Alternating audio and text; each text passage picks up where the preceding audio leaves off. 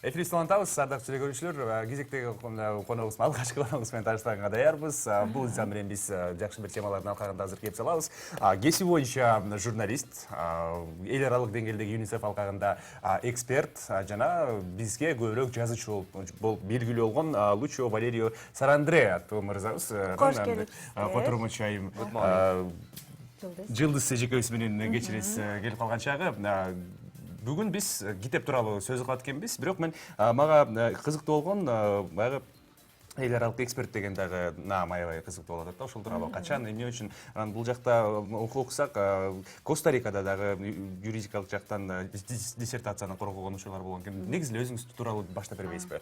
Can you start with telling about yourself, about your experience as an international expert? Because as it goes from your book, you have worked in Costa Rica and you did some legislative work there. Can you tell about this?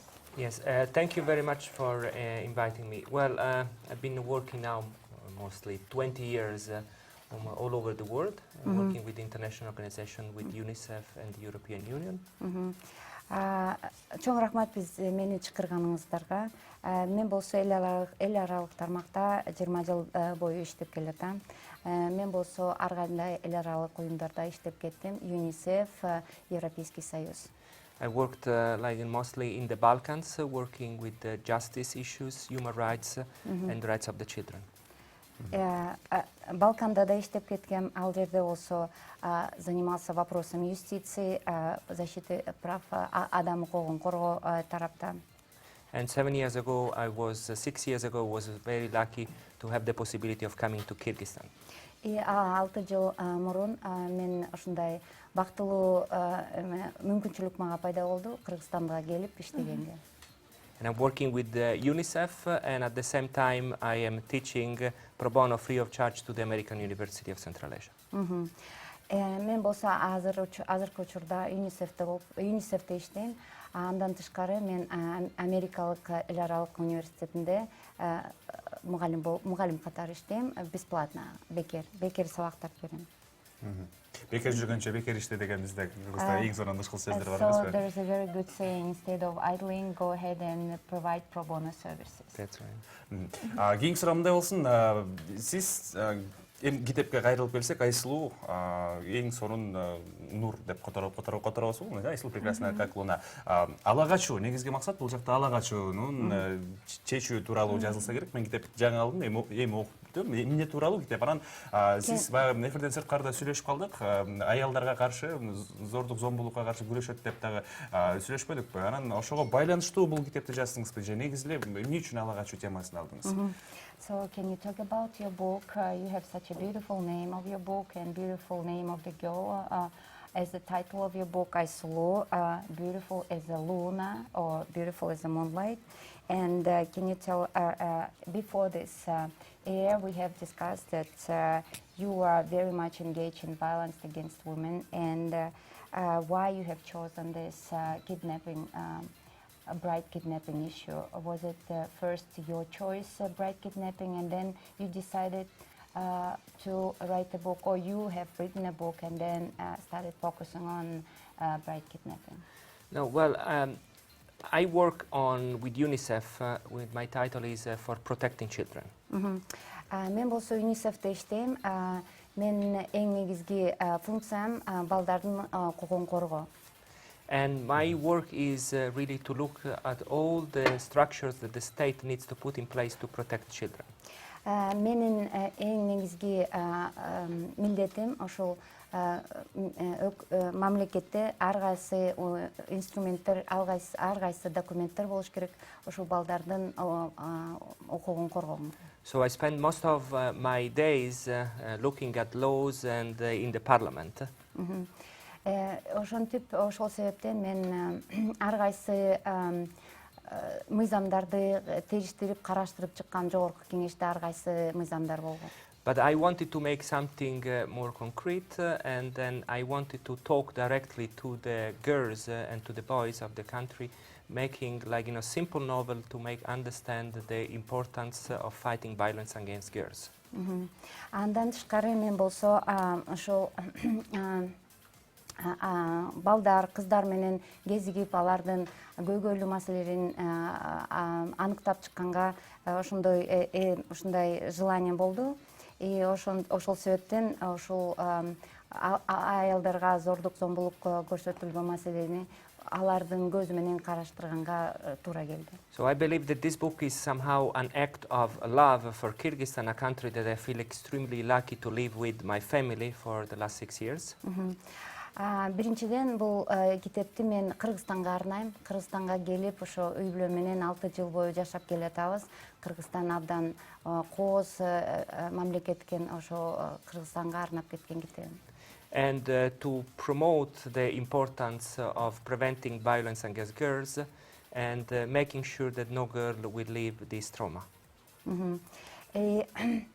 Андан тышкары ошо аялдарга көрсөтүлгөн зордук зомбулук менен күрөшүү бул да абдан негизги маселе мага. Анан ар кайсы ошо кыздар зордук зомбулукка жертва болгондо, алар болсо абдан травма, абдан көйгөйлүү абалда жашайт да. Ошондойду болбош керек экен. Мен абдан көп күчтөрдү салдым. This book was written originally in Italian, and it's a way to make Italians discover the beautiful things of Kyrgyzstan.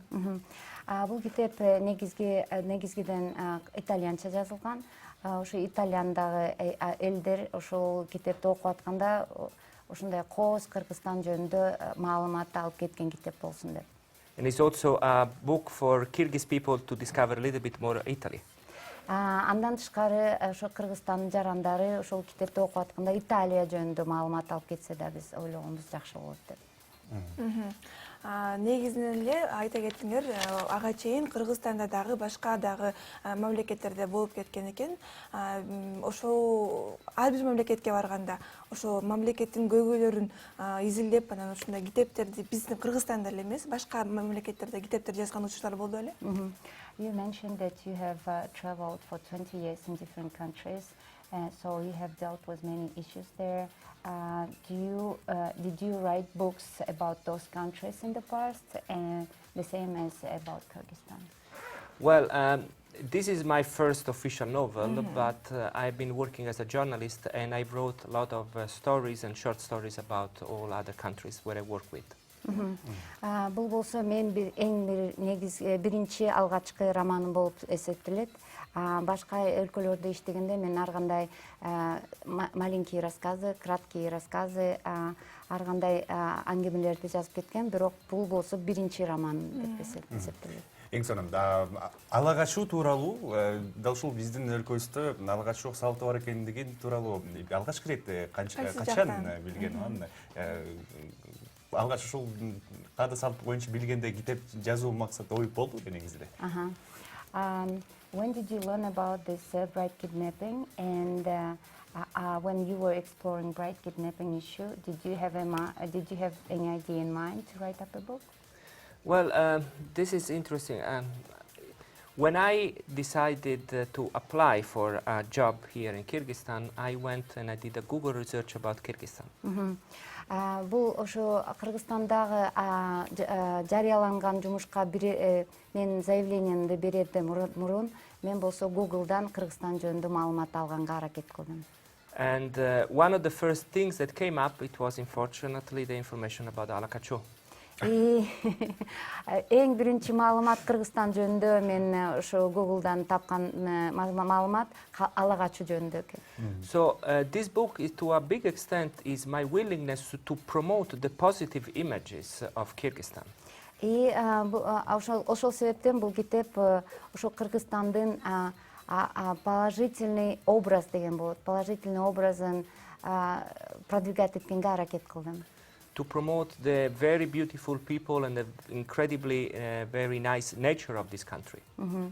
Ошол Кыргызстанда абдан кооз табигат аябай кооз экен, абдан жакшы мээримдүү элдер жашайт экен. Ошол жөнүндө ушул китебимде айтып кетер ушундай ниет болду. At the same time, to promote the culture of Kyrgyzstan, in the book I'm also inspired by Chingiz Aitmatov, and I've been told that many people in Italy, after reading this book, are buying books of Chingiz Aitmatov. И также одним из вдохновений послужила культура этой страны, в частности Чингиз Айтматов. Чингиз Айтматовты мен китепти жазгандан кийин Италияда көп адамдар ушу Чингиз Айтматовдун китептерин сатып алып баштапты. So the intention of this book of UNICEF, together with the Italian embassy, is really to reach out to many people in the country also and raise awareness of the fight against child marriages.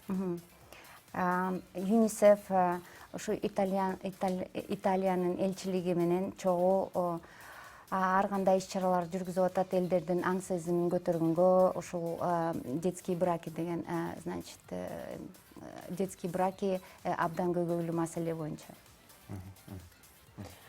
Негизи башында эле ошо Google'дан окуп калдым деп айтып атасыз. Анан ошо ала качуу деген нерсени уккандан кийин, ушуну окугандан кийин аябай таң калдыңыз беле? Кандай кантип эле ала качып кетсе болот? Же буга чейин маалымат бар When беле? you read about Kyrgyzstan in Google, the first thing which popped up was kidnapping, bride kidnapping. And were you really surprised about this tradition, this custom, or was it shocking for you? And did you imagine what kind of event it can be? Well, I was surprised, but as I've told you, having lived many years outside in different places, I was very curious to understand the issue better. Биринчиден мени ошол ала качуу салты абдан таң калтырды. Мен башка өлкөлөрдө жашап кеткенин айтып кетпедим мурда. Ошондо мен ар кайсы ушундай каада салттарга абдан көңүл буруп, ошол каада салттар жөнүндө абдан көп маалымат чогулткум келет. My aim was not to judge, but really to understand the phenomenon, what motivates this thing, this custom to be. Мен биринчиден бул традиция, бул каада салтты мен деген эч кандай осуждать эткен жерим жок. Мен болсо биринчиден түшүнүк алгым келди да, эмнеден ушундай каада салт пайда болду. So I spoke with a lot of people, a lot of girls, and also a lot of boys that have been, like, kidnapping girls. Ошол себептен мен ар кайсы жигиттер менен, ар кайсы кыздар менен сүйлөштүм ушул каада салт боюнча, ала качуу каада салт боюнча. And to understand what motivates them, and I found out that many times the victims are both the boys and the girls, because boys are very often pushed to, kidnap by family circumstances. Мен ушу эмне себептен жигиттер ала качууга барат деп суроо бердим эле. Ошондо мен эмне мотивация бар, ошол себептерин аныктап чыкканга аракет кылдым. Жигиттер болсо айтып кетти, в большинстве случаев, оказывается, их заставляют родственники. Родственные связи, родственники заставляют идти на такие меры. Сонун.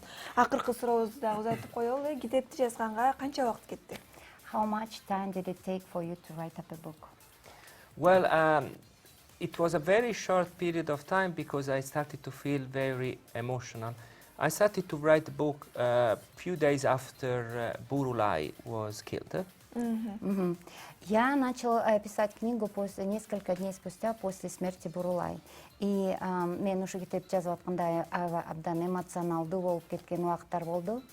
And overall it took me 4 to 5 months to write the first draft of the book. В целом ушу 4-5 ай кетти биринчи китептин наброскаларын жазганга. And I was mostly writing it in the night or in the early morning while looking at the beautiful mountains outside of Bishkek. И в большинстве случаев ошол китепти жазып атканда мен деген же болбосо түнкү убакта жаздым, же болбосо эң таңкы убакта. Ошол жазып атканда абдан кооз тоолорду карап, кичине мондай илхом кармап жазганга аракет кылдым. And I would like to mention one important thing, that all the profits of the book will go to fight violence against girls and UNICEF. Андан тышкары айтып кетейин дедим эле, ошол китепти сатуудан түшкөн акчанын баары, акча каражаттардын баары ошол зордук аялдарга көрсөтүлгөн зордук зомбулукка каршыга жөнөтөт, пайдаланат. Демек кайрымдуулукка. Кайрымдуулук. Кандай учур болбосун.